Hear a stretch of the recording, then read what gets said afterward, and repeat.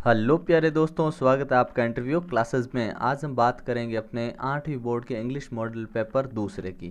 पहला हम डिटेल में डिस्कस कर चुके हैं, जिसके सारे क्वेश्चन हमने कर लिए हैं, सबका सल्यूशन आपको मिल चुका है। ठीक है, आज हम अपना जो दूसरा मॉडल पेपर है वो डिस्कस करेंगे। इसके अलावा आपके सारे सब्जेक्ट हैं, उनके सारे मॉडल पेपर आपको इस यूट्यूब चैनल पर मिल जाएंगे। कुछ अपलोड किए जा चुके हैं, कुछ जल्दी ही आ जाएंगे। तो वीडियो को लाइक करें, दोस्तों के साथ शेयर करना बिल्कुल भी नहीं भूलें। सभी दोस्तों के साथ शेयर ज़रूर कर दें, ठीक है। और चैनल पे नए हो तो सब्सक्राइब ज़रूर कर लेना। चलिए स्टार्ट करते हैं। अपना पहला क्वेश्चन है, हु वॉज इग्नेशियस। इग्नेशियस कौन था? तो हम जानते हैं इग्नेशियस कोऑपरेटिव सोसाइटी का मैनेजर था। तो manager of a cooperative society, option A correct हो गया।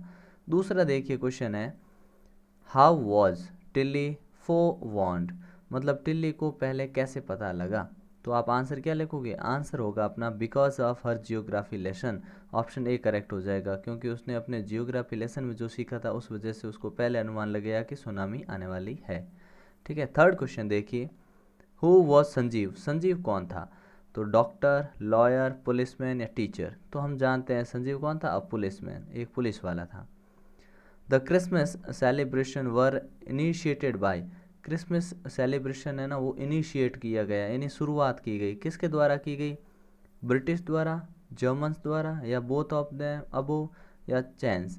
कहने का मतलब बच्चों ऑप्शन अपना करेक्ट हो जाएगा बी, द जर्मन्स। जर्मन्स ने स्टार्ट किया था। ठीक है।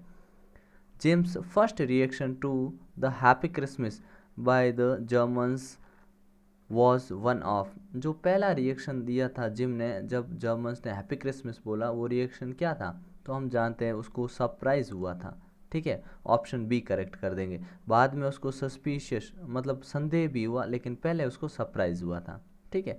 फिर देखिए, स्नैप्स इज, स्नैप्स क्या होते हैं? स्नैप्स होता है अ जर्मन वाइन, जर्मनी की एक वाइन होती है जिसे स्नैप्स कहते हैं। फिर the earth has more dash than dash. Earth पे क्या है, किससे ज़्यादा क्या है? तो ऑप्शन डी कर देंगे, सी देन लैंड। समुद्र ज़्यादा है किससे? ज़मीन से। तो ऑप्शन डी कर देंगे इसमें। फिर देखिए, what was the logic of geography. Geography का लॉजिक क्या है अपने इस चैप्टर में? तो आप जानते हैं लॉजिक क्या है कि land and water attracted man, कि ज़मीन और पानी आदमी को अट्रैक्ट करता है, आदमी वहीं पे बसता है। ठीक है। नेक्स्ट देखिए क्वेश्चन है ninth, there seemed an inevitably about what on ground had looked haphazard. What do you mean by the word inevitably. Inevitably का मतलब क्या होता है? तो इसका मतलब देखिए क्या होता है, दैट कैनॉट बी अवॉइडेड, जिसे आप अनदेखा नहीं कर सकते। दैट कैन बी अवॉइडेड, जिसे आप अनदेखा कर सकते हैं। विदाउट प्लान और ऑर्डर, बिना योजना के, या विद प्लान और ऑर्डर, योजना के साथ। तो आप जानते हैं ऑप्शन ए करेक्ट होगा, जिसको आप अवॉइड नहीं कर सकते। फिर देखिए, between 1822 to 1836 dash people died of starvation in India. Starvation यानी अकाल, भूखमरी में 1822 से 36 के बीच में कितने लोग मारे गए? तो हमने चैप्टर में पढ़ा है कितने, 15 लाख। ऑप्शन बी करेक्ट हो जाएगा, 15 लाख पीपल। ठीक है। What did the British impose on the Indian farmers. Indian farmers ने पर अंग्रेज़ों ने क्या इम्पोज, थोप दिया था? इम्पोज करने या थोप देना, क्या थोप दिया था? तो आप जानते हैं हैवी टैक्सेस। ठीक है, हैवी टैक्सेस लगा दिए थे, भारी टैक्स। 12वां देखिए question number, what was the value of the British goods exported to India in 1829। 1829 में जो भारत से गुड्स यानी सामान एक्सपोर्ट किया गया, भेजा गया, उसकी कीमत क्या थी? तो हम जानते हैं वो 7 करोड़ थी। ठीक है ना, तो ऑप्शन हो जाएगा सी करेक्ट आंसर।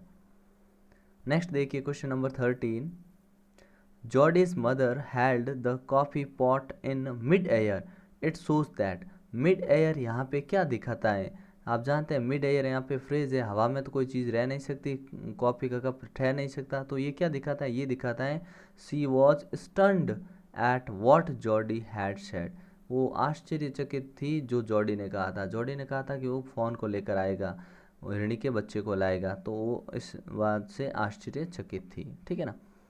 नेक्स्ट देखिए, Jody was worried about, Jody चिंतित था किसके बारे में, his father, his mother, the doe and the fawn. तो हम जानते द फोन, ऑप्शन कौन सा अपना, option D is correct answer. Next देखिए, who killed the adjutant of his regiment. Adjutant का मतलब होता है कोई लोअर रैंक का ऑफिसर किसी हायर रैंक के ऑफिसर को असैसिनेट कर दे, मतलब मार दे, ठीक है ना। तो हम जानते हैं कि हु किल्ड, किसने मारा था एक अधिकारी को, तो Mangal Pandey, option B correct हो जाएगा। फिर देखिए, Bipin Babu didn't want to visit mister Mukherjee because, mister Mukherjee के घर पे बिपिन बाबू क्यों नहीं जाना चाहते थे। ही वॉज वेरी अपसेट, क्योंकि वो उदास थे। ही lived in a far of place, दूर रहते थे। Mukherjee would conclude he was going nuts, या मुखर्जी कंक्लूड निकलेगा कि बिपिन बाबू गोइंग नट्स मतलब पागल हो गए। तो ये वाला ऑप्शन अपना करेक्ट है। तो 16 में क्या हो जाएगा, ऑप्शन सी करेक्ट आंसर है। फिर ये आपको पैसेज पढ़ना है और इसके बेसिस पे आपको आंसर देने हैं, ठीक है। तो देखिए, ओ डॉसेट ही स्माइल्ड। अब देखिए पहला क्वेश्चन यहीं से है, who was it that smiled, यहाँ पे कौन है जो मुस्कुराया। तो हम जानते हैं यहाँ पे Hans Wolf, Hans Wolf, Hans Wolf, ठीक है। तो यहाँ पे हैंस वॉल्फ कर देंगे करेक्ट आंसर, जिसमें आपको सिर्फ हु को यहाँ से रिमूव करना और हैंस वॉल्फ, ठीक है। नेक्स्ट देखिए, हाउ डिड ही न्यू डॉसेट, वो डॉसेट के बारे में कैसे जानता था। तो यहाँ पे पढ़ा है कि डॉसेट के बारे में आप लिखोगे ही लिख देंगे, फिर नो की सेकंड फॉर्म, क्योंकि यहाँ पे डिड यूज हुआ ना, तो ही न्यू अबाउट डॉसेट। अब मैं यहाँ से मिटा रहा हूँ, ये नोट कर लीजिएगा, Dorset by reading books, reading books, किताबों पढ़ के उसने जाना था। हु इज़ कॉनी, कॉनी कौन है, क्योंकि यहाँ पे इज़ में आया तो आप आंसर भी उसी हिसाब से देंगे। तो आप लिखेंगे Connie is wife of, WIFE, wife of gym Macpherson, gym Macpherson, ठीक है, नोट कर लीजिएगा, जिम मैकफर्सन की पत्नी थी, ठीक है। अगला क्वेश्चन देखिए, find a phrase in the passage which means, जिसका मतलब होता है शो हैपन्ड। तो इसमें शो हैपन्ड का जो मीनिंग देने वाला वर्ड है वो अपने हो जाएगा टर्न्ड आउट, ठीक है ना। ये वाला ऑप्शन करेक्ट कर देंगे। थोड़ा इसमें मुझे डाउट है लेकिन यही होना चाहिए, फिर आप अपने स्कूल में कंफर्म कर सकते हैं, ठीक है ना। डाउट वाले बता देंगे आपको, बाकी सारे परफेक्ट आंसर है, कोई मिस्टेक नहीं है, ठीक है ना। नेक्स्ट देखिए, आपको अब करेक्ट ऑप्शन चूज करना है। Radha is putting her books, वो पुटिंग मतलब एक्शन कंटिन्यू है, हर बैग, बुक्स है ना बैग में रख रही है, तो कंटिन्यू एक्शन बाहर से अंदर कोई भी मूवमेंट हो तो हम इनटू यूज़ करते हैं। तो इसमें क्या हो जाएगा अपना इनटू, तो ऑप्शन इनटू करेक्ट हो जाएगा। The policeman rain, policeman police वाला, पुलिसमैन यहाँ पे मैन भी क्या प्लूरल है, इसका मतलब पुलिस वाले भागे। रेन डैश द थीफ, चोर के पीछे, तो चोर के पीछे ही भागेंगे। इन अंडर ऑन का कोई मतलब नहीं, तो आफ्टर, ठीक है। तो यहाँ पे हो गया अपना आफ्टर करेक्ट, मतलब चोर के पीछे भागे, आफ्टर मतलब पीछे। फिर है गोपाल इज प्लेइंग, गोपाल खेल रहा है डैश द ग्राउंड, ग्राउंड के क्या आफ्टर ऑन अंडर इन। अब ध्यान रखिए कि अगर ग्राउंड बाउंड्री कवर है तो हम इन यूज़ करेंगे, ठीक है, नहीं तो ऑन यूज़ करते हैं। तो यहाँ पे ग्राउंड है, जाहिर सी बात बाउंड्री होनी चाहिए, तो अपना इन ऑप्शन करेक्ट हो जाएगा, ठीक है ना। नेक्स्ट देखिए, आपको ईदर और का यूज़ करना है। ईदर और में ध्यान रखिएगा कि जो सेम चीज़ होती है उसको तो लिखो सेम, और जो अलग होता है उसके आगे हमेशा ईदर और लगाओगे। जैसे देखो, you will get a bat, you will get a ball, तो यहाँ पे आपको दोनों में ही अलग क्या लग रहा है, a bat and a ball, बाकी सेम है। तो आपने लिखा यू विल गेट और यू विल गेट, इन दोनों में से एक बार लिख दिया आपने यू विल गेट। अब इधर, इसको आइदर भी पढ़ते हैं इधर भी पढ़ते हैं, तो आइदर और, तो आपने लिखा आइदर अ बैट और अ बॉल, ठीक है ना। नेक्स्ट देखिए, you are going to Jaipur, I am going to Jaipur. अब यहाँ पे सब्जेक्ट दोनों में चेंज है, इसका मतलब आइदर और का यूज़ पहले होगा। तो आइदर यू और आई, फिर आई के साथ एम आता है तो वही लगाना हमको, ध्यान रखिएगा। तो I am going to Jaipur. फिर नेक्स्ट वाला देखिए, I will go to play, I will stay at home. तो यहाँ पे आई विल सेम है, तो आपने लिख दिया I will either go to play और स्टे एट होम। नेक्स्ट देखिए, Ramesh is intelligent, his friends are intelligent. तो हमने लिख दिया, क्योंकि रमेश और हिज फ्रेंड दो है यहाँ पे सब्जेक्ट, तो आपने लिखा आइदर रमेश और हिज फ्रेंड्स आर इंटेलिजेंट। ठीक है ना। नेक्स्ट क्वेश्चन देखिए, ये 5 क्वेश्चन 5 मार्क्स के हैं, ठीक है, 4 है, देखिएगा। सैड, सैड का आप जानते हैं अपोजिट वर्ड है ना, ठीक है ना। हैप्पी, ओल्ड का न्यू, ठीक है, डे का नाइट और रिच का पुअर, ठीक है। फिर नेक्स्ट क्वेश्चन देखिए, नेक्स्ट क्वेश्चन है अपना, एकदम सटीक और सही आंसर है, ठीक है ना। तो यहाँ से आप आराम से पढ़ सकते हैं, ठीक है। Question number 13, why does Jody want to bring the fawn home. Fawn यानी हिरण के बच्चे या मर्ग शावक को जॉडी क्यों लाना चाहता था। तो Jody wanted to bring the fawn home because he felt that they had killed the doe for their purpose. क्योंकि वो मानता था कि अपने उद्देश्य के कारण उन्होंने डो को मारा, जो उस फोन की माँ थी उसको मारा। And the fawn had been orphaned, और वो अनाथ हो गया था। और for no fault of its own, उसकी कोई गलती नहीं, इसमें गलती नहीं थी। सो ही felt that it was their responsibility to take care of the fawn and or else it would starve to death। कि ये उनकी जिम्मेदारी थी कि उनका ध्यान रखे, नहीं तो वो भूख से मर जाएगा। How did Jordi look after the phone, Jordi ने फ़ोन की कैसे देखभाल की। After the accepted the responsibility for doing this. तो इसका आंसर क्या लिखोगे, Jordi looked after the phone like a mother, माँ की तरह देखभाल की। He made it drink milk with his fingers dipped in milk, this is how a mother feeds her baby. जैसे एक माँ बच्चे को दूध पिलाती, उसी प्रकार ये अंगुलियाँ दूध में डुबाता, फिर इस जॉडी है वो फ़ोन को पिलाता था दूध। तो एक माँ की तरह उसकी देखभाल करता था, ठीक है। नेक्स्ट क्वेश्चन देखिए, What were the symbols of reverence left by members of the team on Everest। ठीक है, क्या चीज़ें जो संकेत थे या निशान है उन्होंने छोड़ी थी एवरेस्ट पे। तो देखो, on Everest a picture of Guru Nanak was left by the author. अपने जो ऑथर थे एलूवालिया, उन्होंने तो छोड़ी गुरु नानक की तस्वीर। A picture of goddess Durga was left by Rawat, Rawat ने छोड़ी गॉडेस दुर्गा की तस्वीर। A relic of the Buddha was left by Pihudor ji. And apart from these symbols of rivers, there was also the cross that had been buried by Edmund Hillary. Edmund Hillary ने वहाँ पे एक cross उधर buried किया था। Why did Bipin Babu change his mind about meeting Chunnilal, what was the result of this meeting. उन्होंने चुन्नीलाल से मिलने का मानस क्यों चेंज किया और इस मीटिंग का क्या रिजल्ट रहा। तो आंसर होगा, Bipin Babu changed his mind about meeting Chunilal because he thought that Chunilal would tell him something about Ranchi trip. शायद वो चुन्नीलाल उनकी रांची ट्रिप के बारे में कुछ बता दें। But he became more miserable after the meeting, लेकिन उनकी समस्या और बढ़ गई जब वो चुन्नीलाल से मिले उस मीटिंग के बाद। Chunnilal said that it was he who got a ticket booked for his Ranchi trip. उसने तो कह दिया मैंने आपकी रांची ट्रिप के लिए टिकट बुक मैंने ही किया था, तो उनकी समस्या और बढ़ गई। नेक्स्ट देखिए, how did two dogs of Gale behave before tsunami. Tsunami से पहले दो कुत्तों का बिहेवियर कैसा था। तो बोलोगे, two dogs of a person living in Galle refuse to go for their routine morning walk to the beach and this saved their and their owners life. इस प्रकार उन्होंने अपनी खुद की और अपने मालिक की ज़िंदगी बचा ली। What is Coney's Christmas present? Why it is the best Christmas present in the world? Christmas present क्या था और ये बेस्ट क्यों था कॉनी के लिए।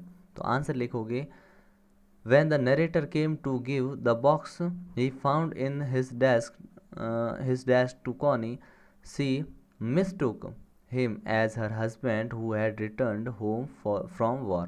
जब कॉनी के पास अपने राइटर गए तो उन्होंने मिस्टेकन अपना पति समझ लिया कि युद्ध से वापस आए। This was her Christmas present, क्योंकि क्रिसमस के दिन गए थे तो उनके लिए बहुत ही शानदार तोहफा था। This was the best Christmas present in the world because in the letter Jim had written that, क्योंकि जिम ने लेटर में लिखा था he will come home on Christmas, क्योंकि उसने लिखा था कि वो क्रिसमस के दिन घर आएगा।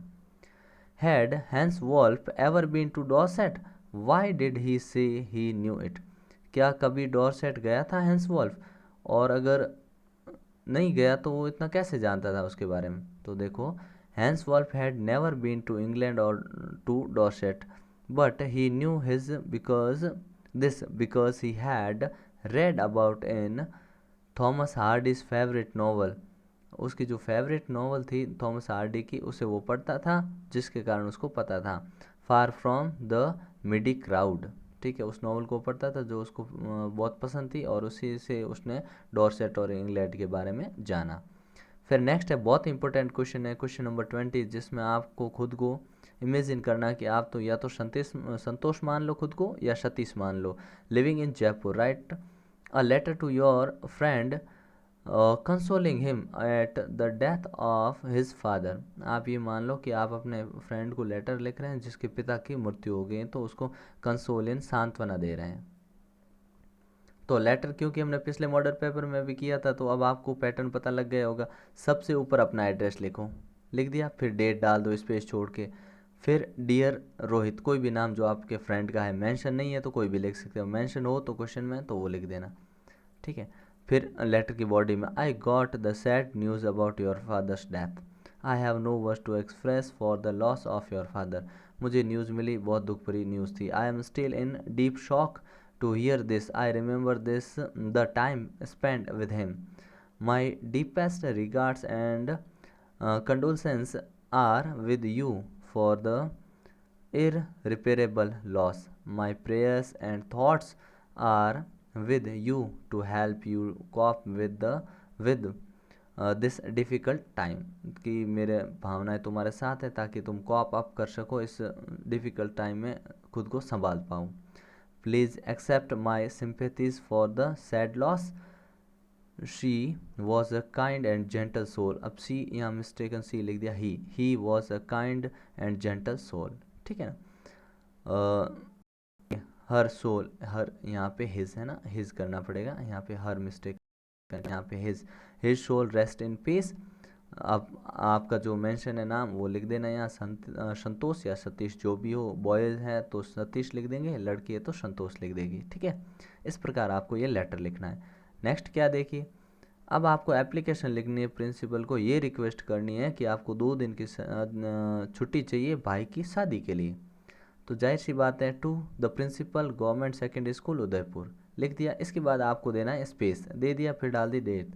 अब इसमें सब्जेक्ट कंपलसरी है तो सब्जेक्ट लिख दो, requesting 2 days leave to attend brother's marriage, भाई की शादी के लिए आप रिक्वेस्ट कर रहे हो कि 2 दिन की आपको छुट्टी चाहिए।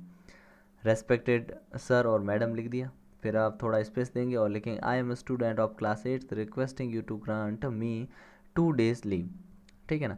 माई elder brother's wedding ceremony is to be held on March 1st 2025. I have the responsibility of all the arrangements and the management of the wedding. I will not be able to attend the school. Please grant me leave for 2 days. Thank you. Yours faithfully, और हिमांशु नाम लिख देना last में, ठीक है। ये pattern है, इसी पैटर्न को फॉलो करना आपको, ठीक है। नेक्स्ट क्वेश्चन देखते हैं, माई हॉबी, ठीक है। माई हॉबी के ऊपर आपको दे रखा है कि माई हॉबी है, उसमें आपको gardening, morning, grow, flower, vegetable, इस बारे में, मतलब गार्डनिंग आपकी हॉबी है उसके बारे में आपको लिखना है। तो यहाँ पे बहुत ही शॉर्ट में और लिखा हुआ है, ठीक है ना। यहाँ से जितने भी ये वर्ड है ये सब इसके अंदर आ जाएंगे, और इन्हीं वर्ड्स का यूज़ करके आपको अपनी हॉबी के बारे में लिखना है। तो there are many kinds of hobbies, gardening is my hobby, मतलब बागबानी मेरी हॉबी है। It is very useful. It is a useful hobby. There is a piece of land behind my house. This is my garden. I get up early in the morning. I work in the garden. In this way I get fresh air and light exercise, it keeps me healthy and fresh. There are flower plants in my garden. The flower looks very beautiful. I grew vegetables also. We get fresh vegetable free of cost. ठीक है ना, ये आप यहाँ तक भी लिख सकते हैं और पूरा भी लिख सकते हैं। ठीक है, तो वीडियो को पॉज करके आप इसको आराम से नोट कर सकते हैं। ठीक है, फिर आपके लिए ये जो स्टोरी है ये यहाँ पे मेंशन की हुई है मैंने स्टोरी। ठीक है ना, स्टोरी यहाँ पे वीडियो को पॉज करिए और स्टोरी यहाँ से नोट कर सकते हैं। फिर लास्ट में देखिए नोटिस। नोटिस का बड़ा ध्यान से करना, तो बहुत इंपॉर्टेंट है कैसे लिखा जाता है। सबसे पहले अपने स्कूल का पूरा नाम जो भी है कैपिटल में, फिर यहाँ डेट, फिर यहाँ नोटिस लिखना किस बारे में, टॉपिक पे, फिर यहाँ पे पूरे जो डिटेल में लिखो, जिसने लिखा वो लिखो और प्रिंसिपल। ठीक है, ये इस प्रकार का आपका पेपर है। ठीक है ना, और आपको बिल्कुल इसी ढंग से सॉल्व करना है इसको। ठीक है ना, तो मिलते हैं नेक्स्ट पार्ट में, तब तक के लिए गुड बाय, जय हिंद, जय भारत।